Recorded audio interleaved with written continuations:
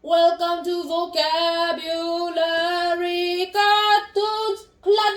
Look here, it's time for your vocabulary lesson. Welcome to review number 18. Finally, it's only been 18 days and we're already over halfway through this SAT word power vocabulary cartoons. So let's get this started with, shall we? And we made this guy smarter. Number 1, you have a noun, and you remember it as herbicide. And herbicide is actually those things that you kill weeds with. Weed killer is basically herbicide. And so I guess it actually makes sense that you remember it with suicide. And lots of people engage suicide themselves just to go back to them.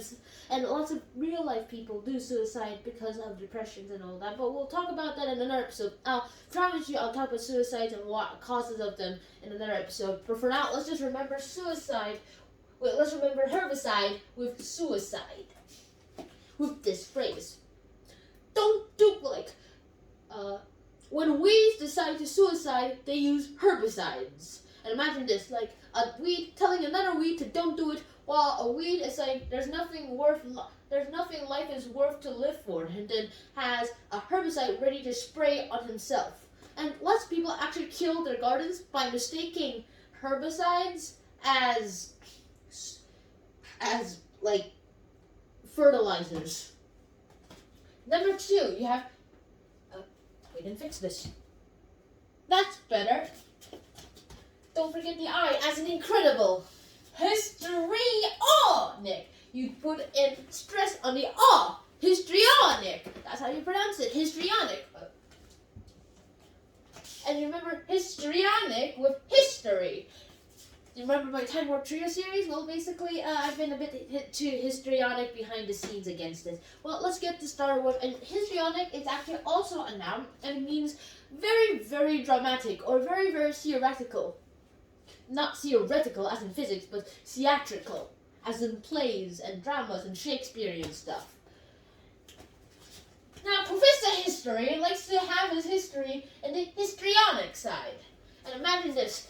It's the crossing of the Delaware! Washington just crossed the Delaware! And he's acting as George Washington with his tricorn hat. Trio, remember, tree, if you know math, or any math at all, tree means three. And imagine the three-corn hat with the trio. And back to the saying, Professor History is like saying, hello, I am Washington, we're crossing the Delaware! While his students are acting as the rowboaters for this, students using mops as rows, and then another teacher peeping in and gaping at the histrionic saying about history class.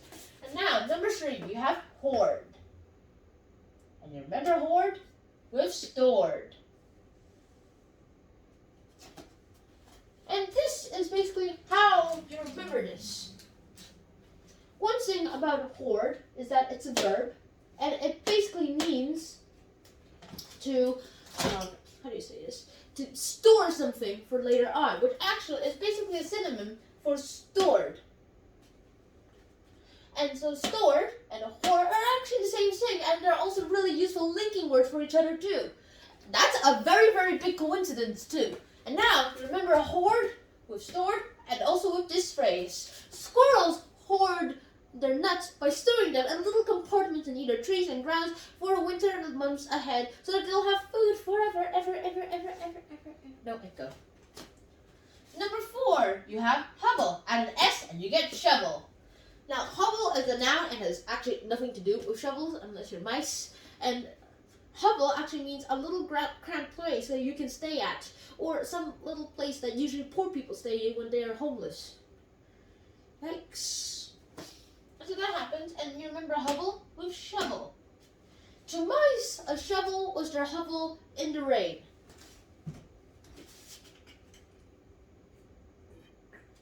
Refreshing, water level, hydrations.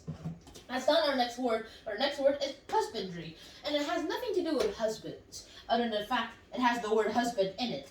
Husbandry. You remember husbandry with husband tree. Now, husbandry is actually a noun, and it basically means a task that is complicated or self-replicating, or it's like manufacturing stuff, like the Industrial Revolution, except less like it, less productive in things. And you remember husbandry with husband tree. Now, remember remember her with this. Mrs. Mishan. Let's see, let me think of a good name. Mrs. Hitchhiker. Okay, this is not very original. Mrs. Hitchhiker, to help her, wanted some help for her husbandry work, so she had a husbandry.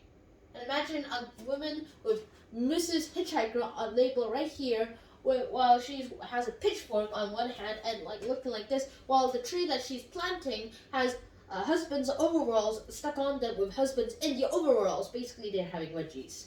And number 6, you have idiosyncrasy. You remember it with syncrasy. Idiosyncrasy is actually meaning the word unique. You remember the word like as if it's unique, something different about you. If you're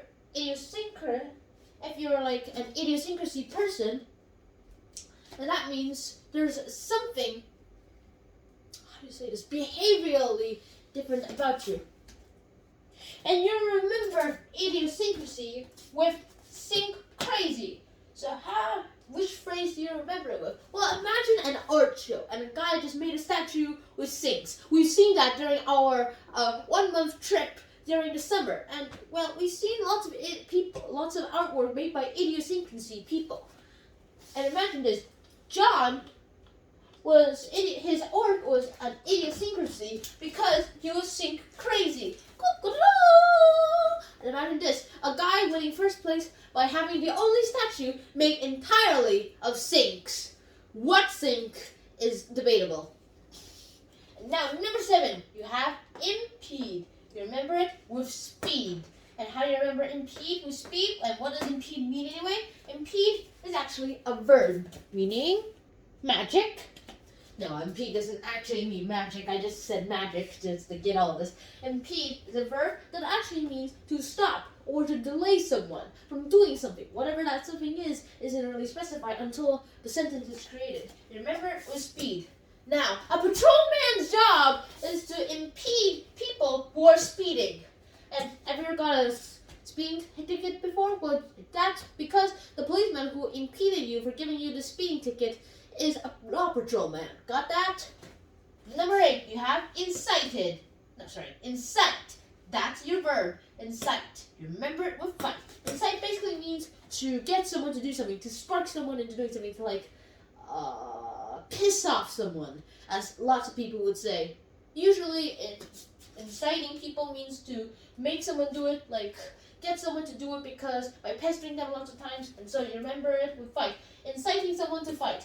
The pitcher accidentally hit the batter too hard with his ball, and that incited the pitcher to fight the batter.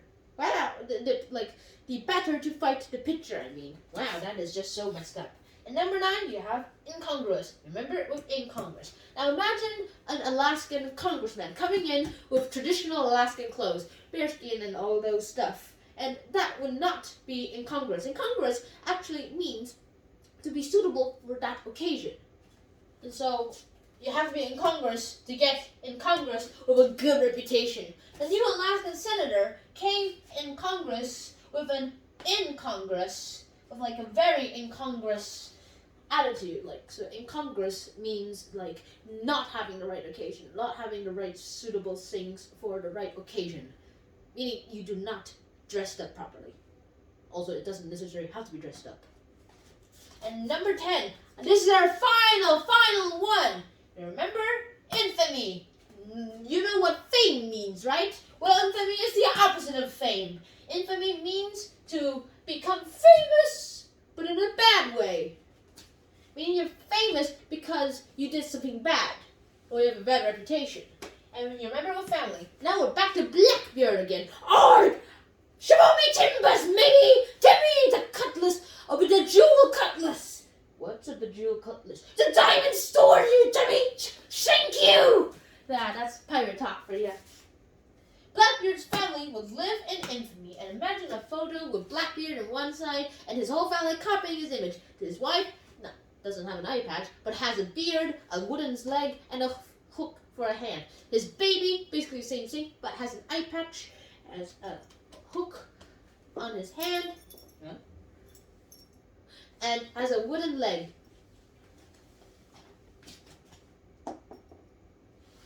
And the next thing that I pretty much know of is the fact that that's the end of today's episode. I actually hope you guys enjoyed this episode, and I'll see you guys soon. So until next time, Shannon out. Peace. Golf. No, this is not basketball. Basketball. Soccer. Tennis. Badminton. Yeah. See you guys soon. And now it's time for ping pong. Tennis. I'm serious this time though. Bye bye.